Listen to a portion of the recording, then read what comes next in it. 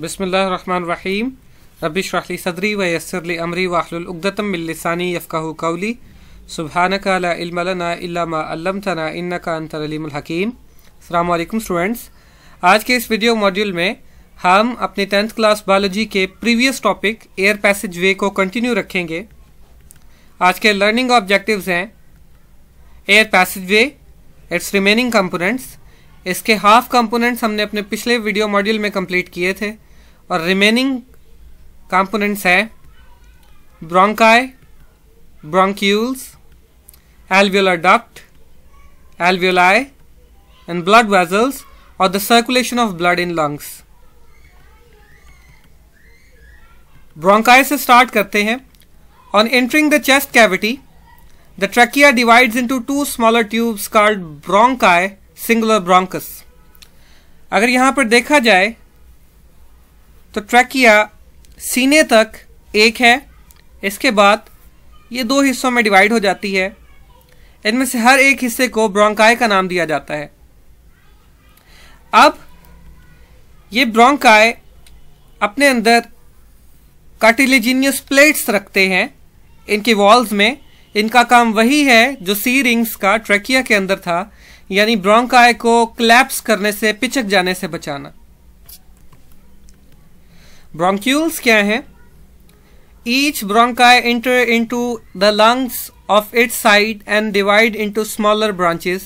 अब ब्रोंकाई जैसे लंग में इंटर होगी, वहां इंटर होने के फौरन बाद ये छोटी छोटी ब्रांचेस में डिवाइड होना शुरू हो जाएगी और वो ब्रांचेस आगे फिर डिवाइड होंगी और ये जो फाइन ट्यूब्स बनेंगी, छोटी कई बारीक ट्यूब्स बनेंगी, इन ट्यूब्स को हम ब्रोंक्यूल्स का नाम देते हैं। नेक्स्ट है alveolar ducts।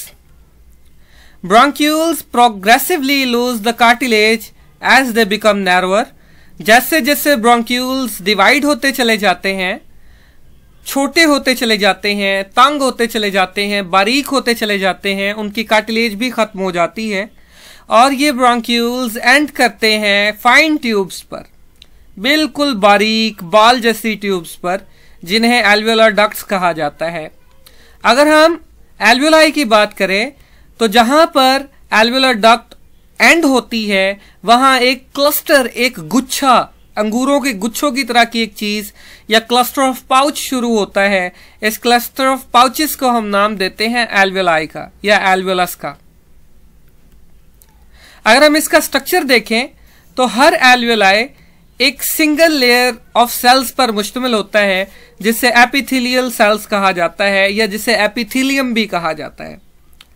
यानी उस लेयर के सेल्स को एपिथेलियल सेल्स और उस लेयर को एपिथेलियम कहा जाता है और ये बाउंड करती है बाहर की तरफ। यानी एक alveoli जो है उसका अपर एरिया, उसका जो बाहर का एरिया है वो कैपिलरीज से सराउंड किया हुआ होता है, नेटवर्क होता है कैपिलरीज का जो इसे इनक्लोज करता है। इसका फंक्शन क्या है? रेस्पिरेटरी सरफेस बनाना ह्यूमन बॉडी की। ये कैसे होगा? फॉर एग्जाम्पल अगर आप साथ वाले एनिमेशन में देखें तो यहां पर आप देखेंगे कि alveoli फैलते हैं, इनमें हवा भर जाती है। वो हवा alveoli के अंदर मौजूद ब्लड वेजल्स के अंदर अब्जॉर्ब की जाती है, यानी उसके अंदर से ऑक्सीजन निकाल ली जाती है और ब्लड में मिला दी जाती है और कार्बन डाइऑक्साइड दोबारा alveoli से हवा के अंदर मिक्स कर दी जाती है, जिसे बाहर निकाल दिया जाता है। अब ये सब कुछ पॉसिबल है ब्लड सर्कुलेशन की वजह से, और उस ब्लड सर्कुलेशन की वजह है ब्लड वेजल्स। उन ब्लड वेजल्स में पहली वेजल्स है पल्मोनरी आर्टरीज। अगर 9th क्लास के चैप्टर नंबर 9 को आप रिकॉल करें तो उसमें आपने पल्मोनरी सर्कुलेशन पढ़ी थी। यहां पर पल्मोनरी आर्टरीज क्या काम कर रही हैं? The pulmonary artery from the heart containing deoxygenated blood enters the lungs and branches into arteries and then into the capillaries which surround the alveoli।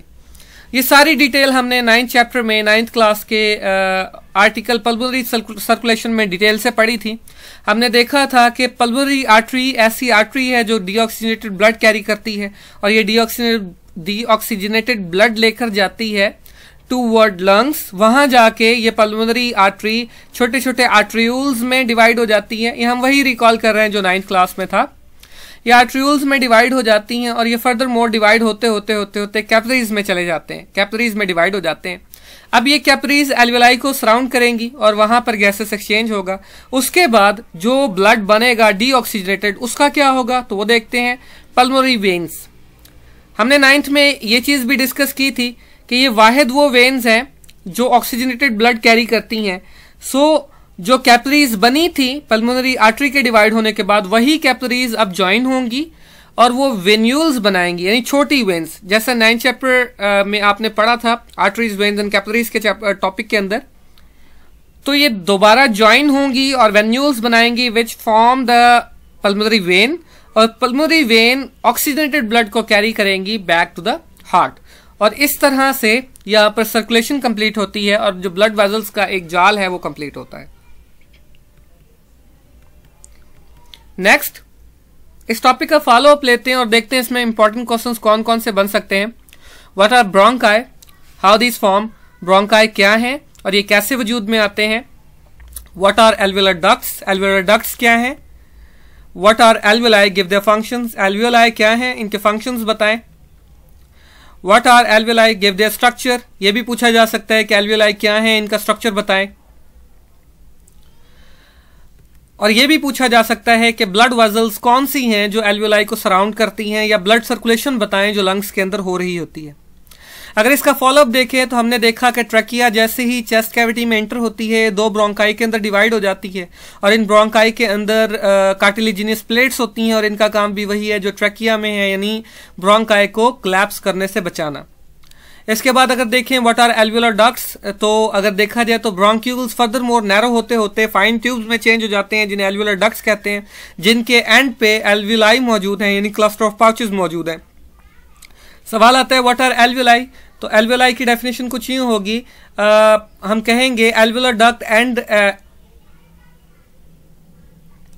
What are alveoli. अब यहां पर इसकी डेफिनेशन कुछ यूं बनेगी कि alveoli are the cluster of pouches present at the end of alveolar duct, alveolar duct के end पर मौजूद हैं ये, और इनका फंक्शन है to form the respiratory surface in human and other organisms.